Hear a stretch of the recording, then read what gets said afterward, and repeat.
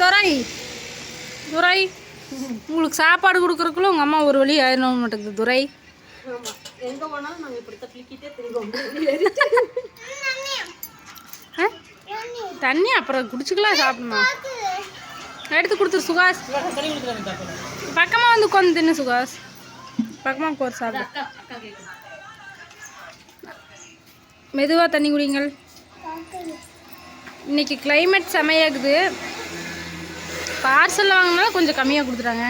தண்ணி வேணுமாமா? கொடு தம்பிக்கு வேணுமாமா? கொடு கொஞ்சம்.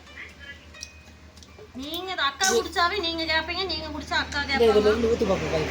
இந்தா சாமி சும்மா கொடுக்கல, அது சாப்பிடாது. அம்மா பிடிச்சிக்கோ. இந்த கொடு. நான் வாங்கிப்பேன். தண்ணி கேட்டு இருப்பாங்க இவங்க. தண்ணி வேணுமாம்மா? கொடுங்க தண்ணி. ஆகுறதுக்கு தண்ணியே கொடுத்துருங்க. தண்ணி குடித்தா நாங்கள் வயிற்று நப்பிக்கிறோம். நல்லா இருக்கா? அதான் காலை உணவு வந்து நாங்கள் 11 மணிக்கு சாப்பிட்றோம். 11 மணி இருக்குமா? எத்தனை மணி? தென்பொங்கல்.